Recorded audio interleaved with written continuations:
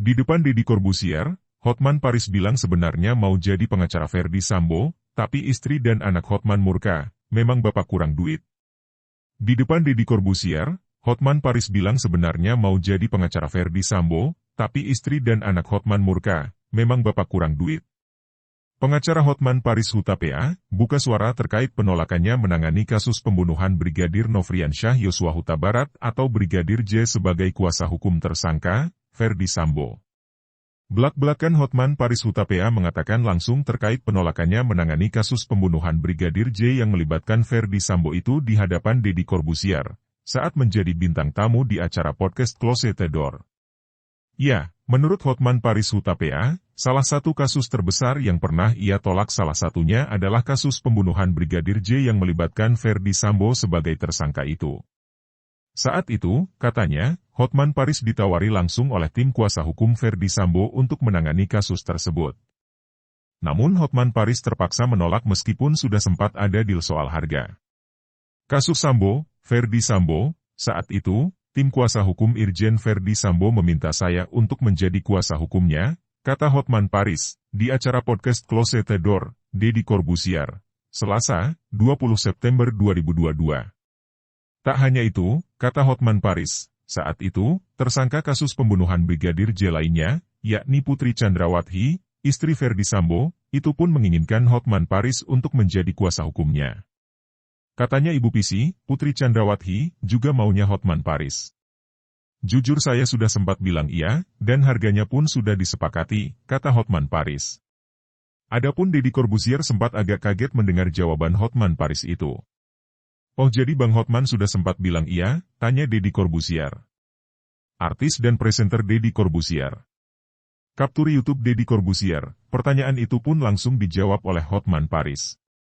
Tapi sebelum saya bilang iya, saya 3 hari enggak bisa tidur, kata Hotman Paris. Selain itu, Hotman Paris pun sempat berdiskusi dengan sang istri terkait adanya penawaran dari pihak Ferdy Sambo untuk menjadikannya sebagai kuasa hukum. Begitu saya bilang sama istri, ya saya cerita, istri saya bilang enggak boleh. Beneran, istri saya langsung ngamuk, kata Hotman Paris. Tak hanya itu, dia pun mendapat penolakan dari sang anak karena bercerita bahwa dia ditawari untuk menjadi kuasa hukum Ferdy Sambo. Saya langsung diamuk sama si Frank, emang bapak kurang uang. Istri marah, anak marah, sedangkan netizen banyak meminta saya menjadi kuasa hukum Baradae, Richard Eliezer, dan almarhum Brigadir J, kata dia. Menurut Hotman Paris, di satu pihak profesi pengacara, ada bukan hanya untuk membela orang-orang bersih. Namun, kata Hotman Paris, pengacara itu ada untuk membela orang mendapat putusan sesuai perbuatannya. Kalau Sambo, dia kan sudah mengakui perbuatannya, memerintahkan penembakan. Berarti, Ferdy Sambo, sudah kena 338 pembunuhan biasa, kata Hotman Paris. Menurut Hotman Paris, saat itu dia sempat mengiyakan tawaran untuk menjadi kuasa hukum Ferdy Sambo bukan karena nilai uang yang ditawarkan dan disepakati. Namun, kata Hotman Paris, dia sudah mendapat data dari tim kuasa hukumnya. Saya sudah dapat data dari tim kuasa hukumnya, bahwa ada arahnya seolah-olah ini bukan pembunuhan berencana, spontan, karena begitu si Ibu Pisi, Putri Chandrawati, pulang dari Magelang, dia cerita apa yang dialami di Magelang. Ini menurut hasil keterangan dari para ajudan, ini di BAP Law, bukan hoaks, menyebut bahwa Irjen Ferdy Sambo itu menangis, kata Hotman Paris. Kalau seorang jenderal menangis, kata Hotman Paris, ada kejadian yang menyakiti hatinya. Ferdy Sambo menangis, lalu emosi, habis itu enggak nyampe beberapa menit, dipanggil almarhum, Brigadir J, ke rumah dinas, dan terjadilah penembakan, kata Hotman Paris.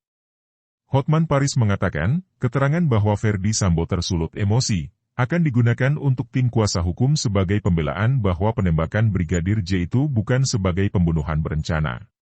Tak hanya itu, bagi seorang yang berprofesi sebagai pengacara, membela kasus seperti kasus Ferdy Sambo itu merupakan dream chase.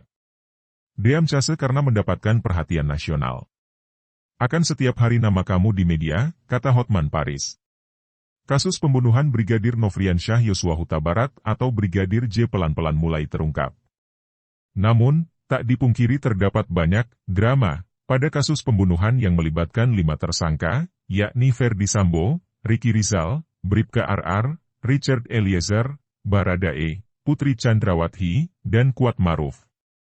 Instruksi sesat Ferdi Sambo kepada para ajudannya untuk membantu menghabisi Brigadir J berbuntut kesialan untuk mereka, yaitu Ricky Rizal, Bribka RR, dan Richard Eliezer, Baradae. Adapun kuasa hukum Bribka RR atau Ricky Rizal, Herman Umar menyampaikan kesaksian Bribka RR yang saat itu menolak perintah Ferdi Sambo untuk menembak mati Brigadir J saat hari kejadian. Adapun Bribka RR lebih dulu dipanggil oleh Ferdi Sambo untuk menanyakan tentang apa yang terjadi kepada Putri Chandrawati di Magelang. Herman Umar mengatakan, saat itu Bribka RR mengaku tidak mengetahui apa-apa yang terjadi antara Putri Chandrawati dan Brigadir J. Dipanggil, dia tanya, ada kejadian apa di Magelang? Kamu tahu enggak? Enggak tahu. Ini ibu dilecehkan. Dan itu sambil nangis dan emosi, kata Herman saat ditemui di Bareskrim Polri, Jakarta Jumat, 9 September 2022. Adapun Bribka RR mengaku saat ditanyai oleh Ferdi Sambo, saat itu Putri Chandrawati ada di dalam ruangan yang sama. Ia menjelaskan saat itu Putri Chandrawati mengaku dilecehkan oleh Brigadir J. Saat dipanggil, Bribka RR ditanyai kesanggupannya untuk menembak Brigadir J.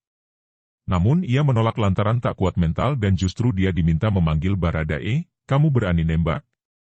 Nembak Yosua. Dia bilang saya enggak berani pak, saya enggak kuat mental, enggak berani, pak.